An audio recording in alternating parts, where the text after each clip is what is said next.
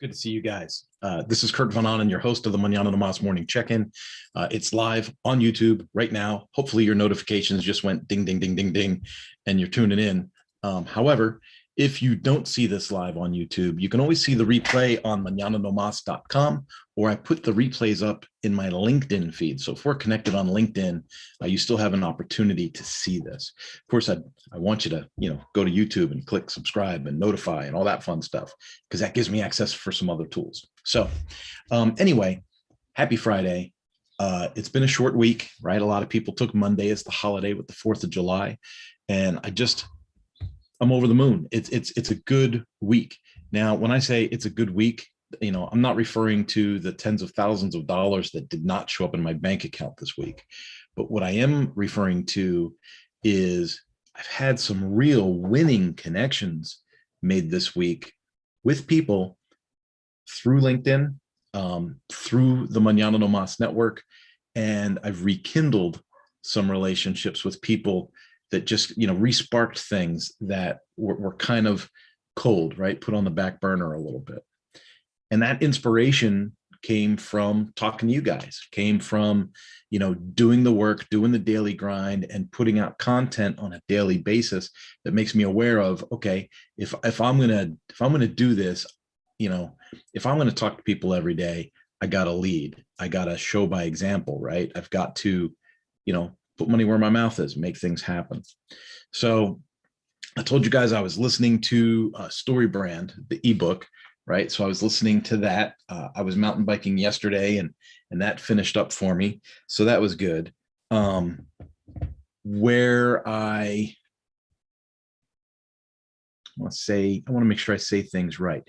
So Storybrand leads me to a couple of thoughts about, especially the Power Sport Academy.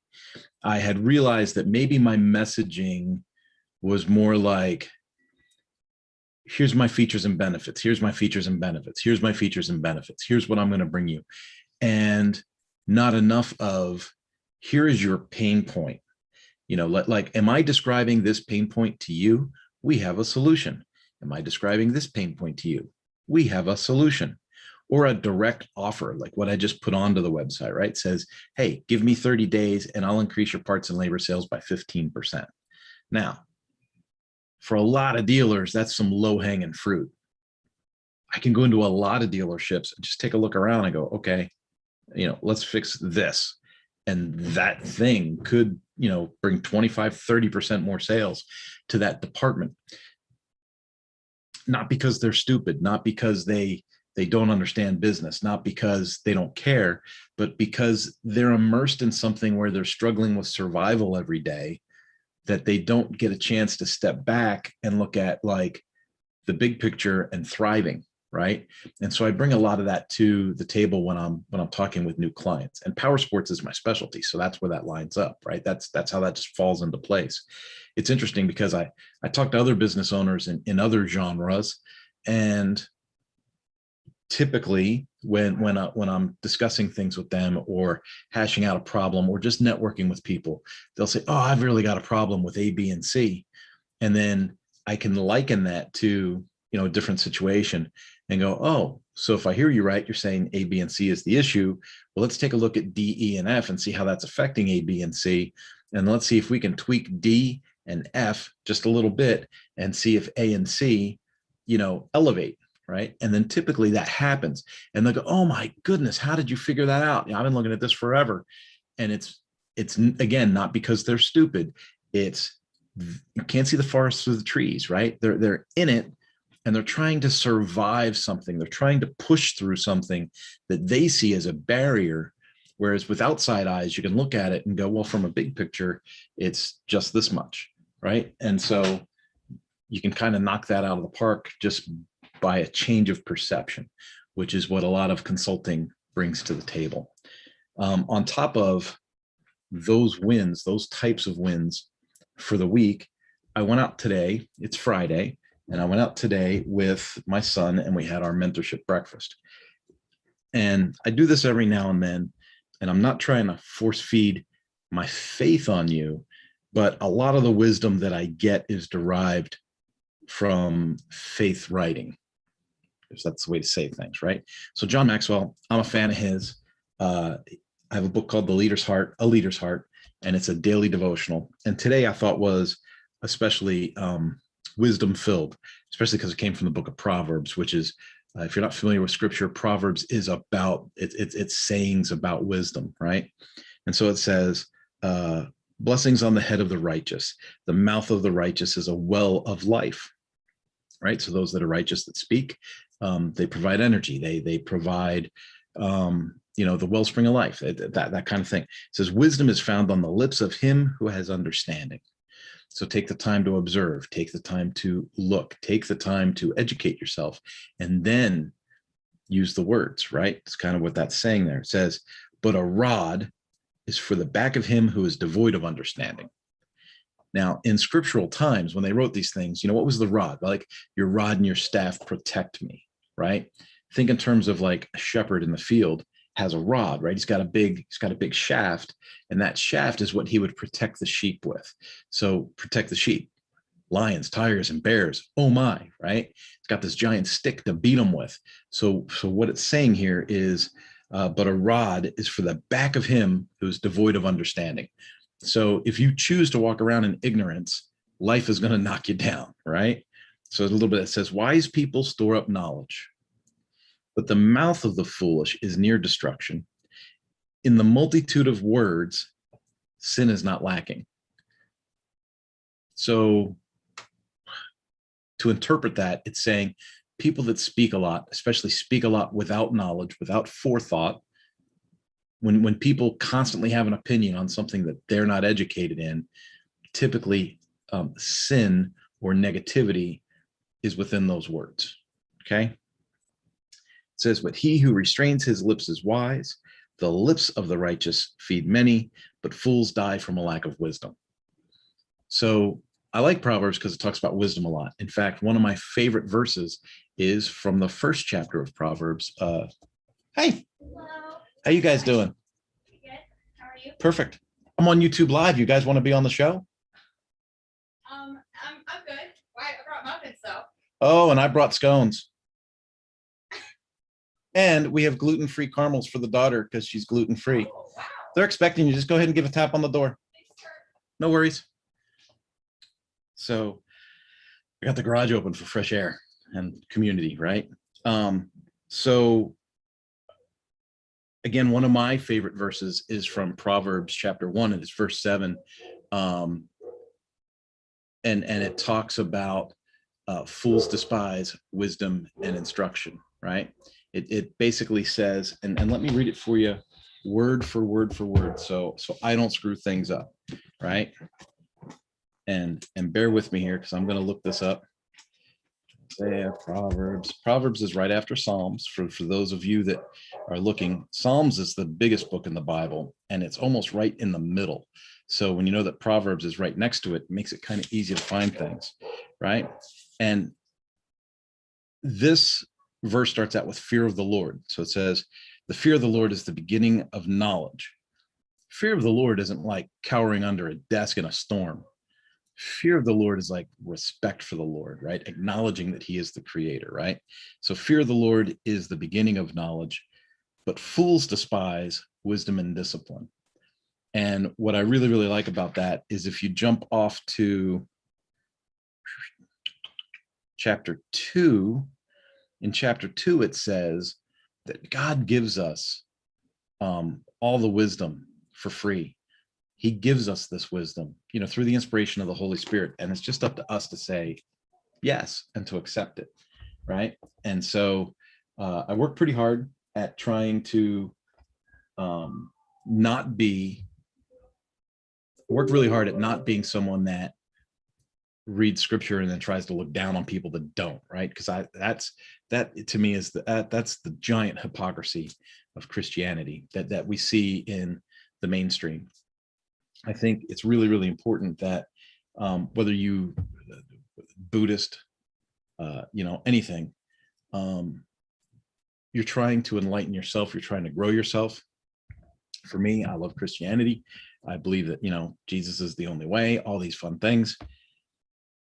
But when you really understand the word and you really apply the word in your life, you find that you have patience and you have grace that you can offer people that you might not have had before.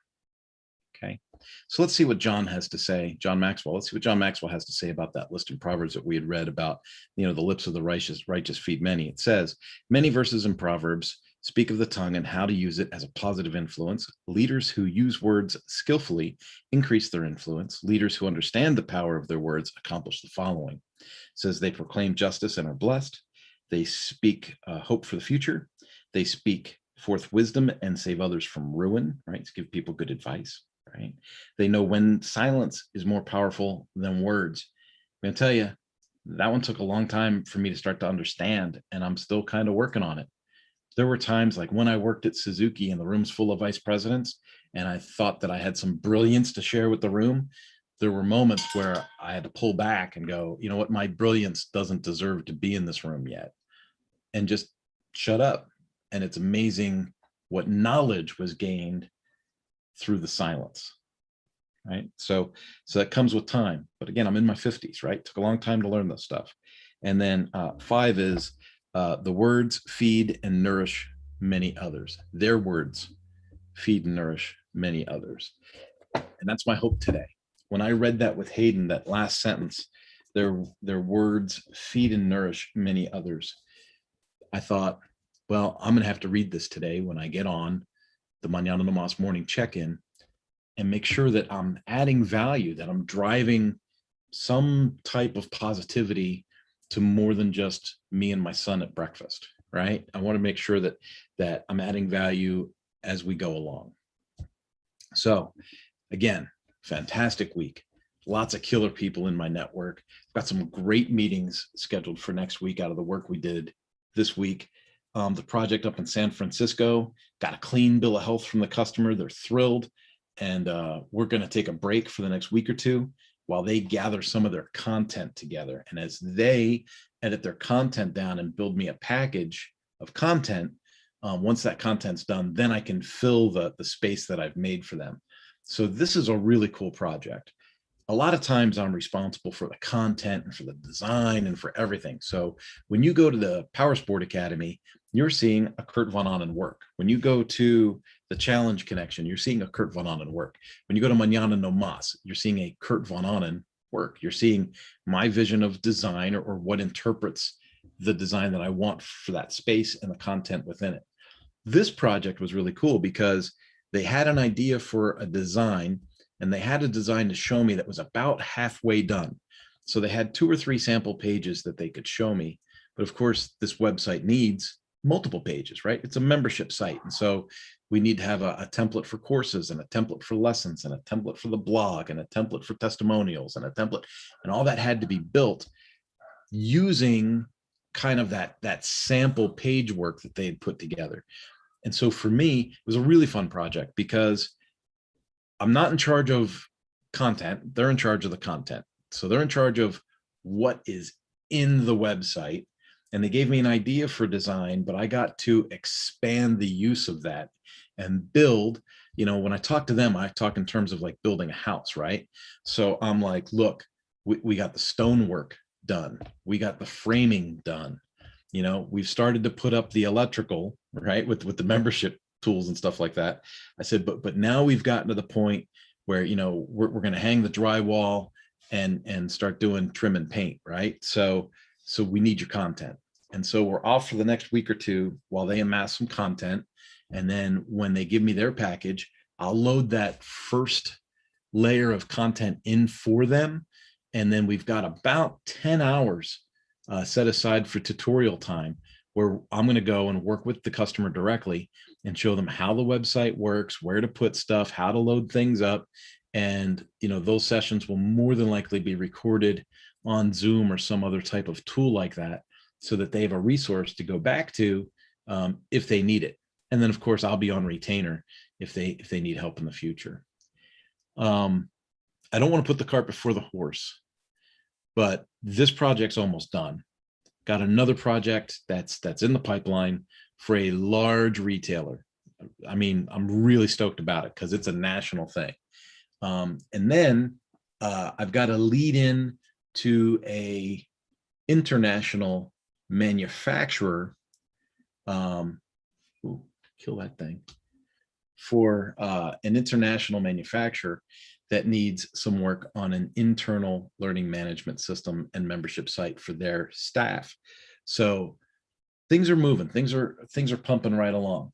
Now, I wanted to be, right, and I've said this before, I wanted to be a dealer consultant and work with 200 motorcycle dealerships and help them build their business and, add $500,000, $800,000, somewhere around there to their bottom line, for a year, right? Like, how cool would that be to work with imagine having 200 dealers and then adding $800,000 in parts and labor sales to each. Gotta kill that thing before it bites me again. Add that kind of money to them, right? So, we can erase this because we've already built what's on this board. It's kind of cool having the whiteboard right behind the camera, because when I work with a customer, like a design customer, a web customer, I could say, hey, well, what were you picturing? And they just kind of draw it on the board and they go, oh, that's it. That's what I was talking about. Right. But let's put this into terms that make sense. Right. So let's say, it's 800K, right? Was what I was talking about. Okay. And then I'm going to say there's 200 dealers. Okay. Well, you guys know how math works, right? So we're going to bring down these zeros first, right? We're going to cancel those out. Then we're going to cancel these zeros right here, right? And then we're going to say 2 times 8 is 16, right? And then remember, K is for 1,000, right? So we got 1, 2, 3 more zeros there, right? So boom, boom. So what I want to do when I talk to folks and I talk about this is what I want to do, and I do this a lot with the dealers that I currently mentor, right? They'll say, well, if I do this, that's only going to save me about a half an hour a day. And I go, well, great. That half hour a day is this much per year for you, right? And they'll say, what? Because they don't get it. They don't. It's not that they're stupid. Again, they're not stupid. They're just not aligning the thoughts in how productivity and efficiency works, right? If I say a half hour a day, right? So a half hour of labor, right? Half hour labor, but most good shops that have parts and labor sales, they're going to have, half an hour's worth of parts go with that too. Typically it's a 50-50 split. Okay. So let me put this in terms that make sense. So if the shop rate is $150 an hour, this just became $75, right? And if they match 50-50 parts and labor, they've got $75 in parts. And so what we're saying is for a half an hour a day, they create $150 a day, right? So looking at things from a service perspective, and let me do this for you right now in real time, because this is what I do with customers all the time when I'm talking to them. Okay. So hypothetically, we just saved a dealership a half hour a day. Okay. So that's $150 a day. So that's 150 times 5. Okay. So that's $750 a week, 5-day work week. That's assuming they're closed on Mondays because it's a motorcycle dealership. Some shops are open 6 days a week, but let's just go with the 5 days a week so that we don't blow things out of proportion. Now, 750 times 50. Okay. What I'm saying there is there's 50 work weeks in a year, right? So that just became $37,500. Okay. So this half hour, when I talk to somebody and they say, it's only going to save me about a half hour a day, I go, great. That half hour a day is $37,000. Okay. That's what I'm talking about when I say, like, my goal is to help 200 dealers, increase their bottom line. That's how I do it, right? I go and I take a look at their processes and their procedures and their staffing and their training and their communication. And I go, okay, well, these are the things that we can elevate to drive this number. And if we can drive this number, we can increase this number. Now, at a lot of the dealerships I work with, we see this number. So in my mind, if I can average $800,000 per dealer in additional revenue and have 200 dealers that I'm working with, I'm going to be able to drive $160 million additional into the service network of our dealerships. And that, to me, I think is a formidable goal. And it's completely doable. Now, here's the thing that's really awesome. If I can get to this number right here, the courseware that I have in the Powersport Academy is awesome. It's the best thing in the country as far as training service writers and service managers go, right? But there's another step higher that I want to go. I want to be able to certify, service writers and service managers. And I know I'm getting kind of passionate about this. I'm getting excited, right? Because whenever I talk about this, I get excited.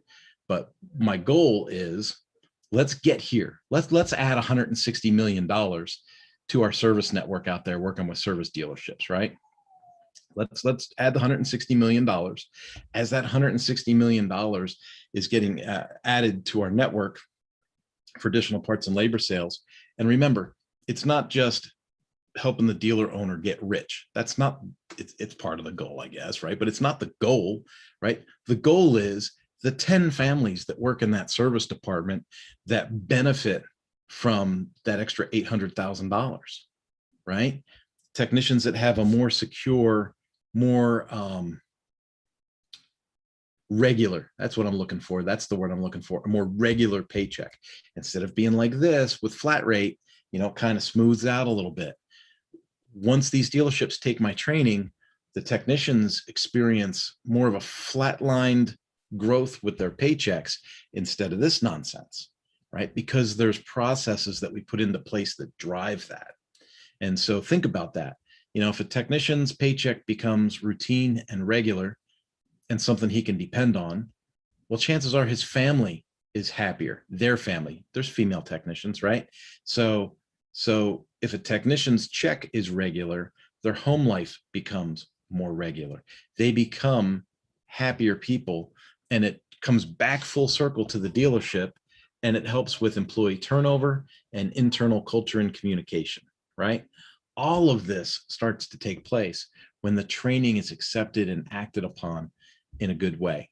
Now, when I get to that $160 million added to the benefit of our dealer network, you're going to see a change in the Powersport Academy.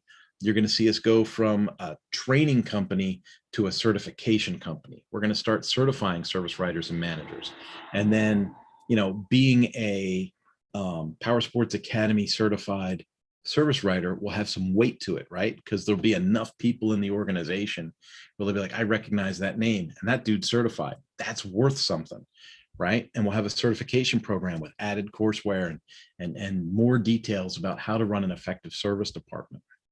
Now, just imagine what that's going to be like. So instead of being $10,000 to train your dealership, it might be $25,000 to train your dealership, right? We're talking down the road when this becomes reality, right? Right now, the average dealer pays 10 grand to be part of our training. So they pay 10 grand, they're in for a year, and chances are they're going to see $800,000 in added parts and labor sales. So what's the return on investment, from 10K to $800,000, right? Now, what if you only got half of that? What if you only got $400,000 added parts and labor? It's still a hell of a return on investment, right? So I implore people, if you know anybody that's in the power sports industry, if you know a dealership owner, service manager, general manager, and they're not currently investing in training their people or understanding how this part of the business works, just have them schedule a discovery call with me, because I would love to have them in our network, provided that, they're goal oriented and they want to make a difference. So, wow, I would really went down that rabbit hole on you today. It's Friday. I was just supposed to say, have a good weekend. So I'm going to work on biting my tongue more, like what it said in that devotional. So wise people add value. People that focus on having knowledge before speaking add value. Those that run at the mouth without knowledge deserve to have a rod broken over their back, right? Folks, have yourselves a great weekend. I love you. I'll see you guys next week. If you're not already on the email list, remember on Mondays, typically Mondays, I put out, a value-added email with some kind of gift for you, an ebook on leadership or goal setting or something, right? So this coming Monday, there'll be another email going out. If you'd like to be on that list, remember it used to go out daily. Now it goes out weekly because I don't want to spam everybody. But go to mañananomas.com, click on Academy in the upper menu, right? Just click on Academy. A new page is going to open up, and halfway down that page will be a form where you can join for the newsletter. And, maybe I need to change the title of that to make people think it's more bells and whistles or something, but it's just my way of paying it forward. You don't have to be a Mañana No Mas customer to get on the list and get the weekly email. It's a free thing. And for me, it's kind of like this YouTube channel thing that I'm doing, or the replays on LinkedIn. It's about adding value and paying it forward. And sure, people will recognize my expertise or my communication somehow and go, man, I want to be involved with this guy, and I want him to work with my people. If that happens, that's fantastic. But the message is out there for everybody, and there's no judgment, no ties, no nothing to jump on the list and gain the emails. All right, folks, have yourself a great weekend. I love you.